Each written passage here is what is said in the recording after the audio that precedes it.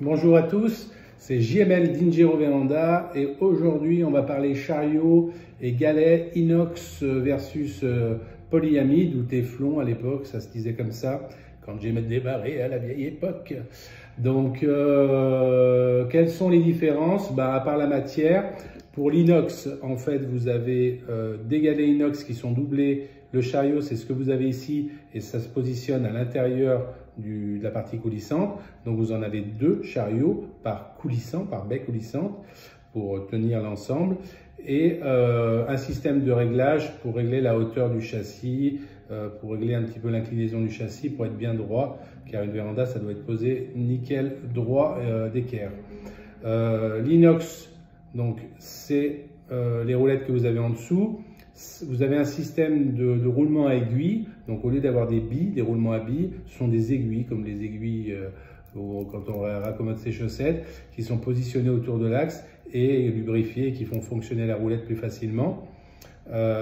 Et très souvent, dans le rail en aluminium, vous avez une bande inox, enfin c'est obligatoire, qui est posée à l'intérieur. Donc c'est inox contre inox, ou alors c'est téflon et quelquefois directement sur le rail en aluminium, ou alors c'est un autre rail aluminium qui est serti pour pouvoir l'enlever et en remettre un nouveau s'il était trop usé et par rapport au passage, quand on a des cailloux dans les chaussures qui pourraient endommager un peu les rails.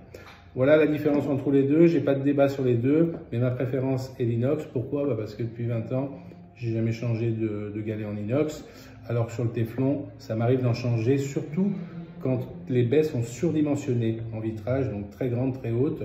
Là, le poids agit sur le côté tendre du polyamide quand il fait très chaud et son côté dur qui va garder la forme attendrie dès qu'il fait froid. Donc quand on a des coups de chaud et froid, pour moi ça vieillit moins bien et facilement on changera plus rapidement des galets, des chariots en polyamide. Voilà tout ce que je peux vous dire tout simplement sur les choix que vous pouvez faire, mais les deux fonctionnent très très bien. Le tout, c'est de prendre un fournisseur qui assure le suivi de ces galets. Aujourd'hui, il faut savoir que depuis 40 ans que se fait des baies coulissantes, certaines gammes d'alu n'existent plus, surtout celles qui sont un peu exotiques. Donc, si vous êtes coincé, j'ai une adresse à vous donner. Vous allez sur Internet, vous tapez rousse roulette, c'est-à-dire rousse comme la couleur rousse, et roulette plus loin, hein, comme les roulettes dont on parle depuis tout à l'heure. Et vous allez avoir quelqu'un qui vous donnera une procédure pour pouvoir refaire vos chariots ou vos roulettes et redémarrer à zéro. Mais bien sûr, il y a de la main-d'œuvre derrière, donc il faudra trouver quand même des artisans pour le faire si vous en sentez pas capable. Voici pour ce sujet-là qui est quand même important, hein, puisque une véranda sans ouvrant, c'est un petit peu compliqué. Donc, en attendant, je reviendrai pour d'autres sujets, bien sûr. N'hésitez pas à vous abonner sur la chaîne et puis de me proposer d'autres sujets à évoquer. Si vous êtes coincé, je vous répondrai dans les plus brefs délais.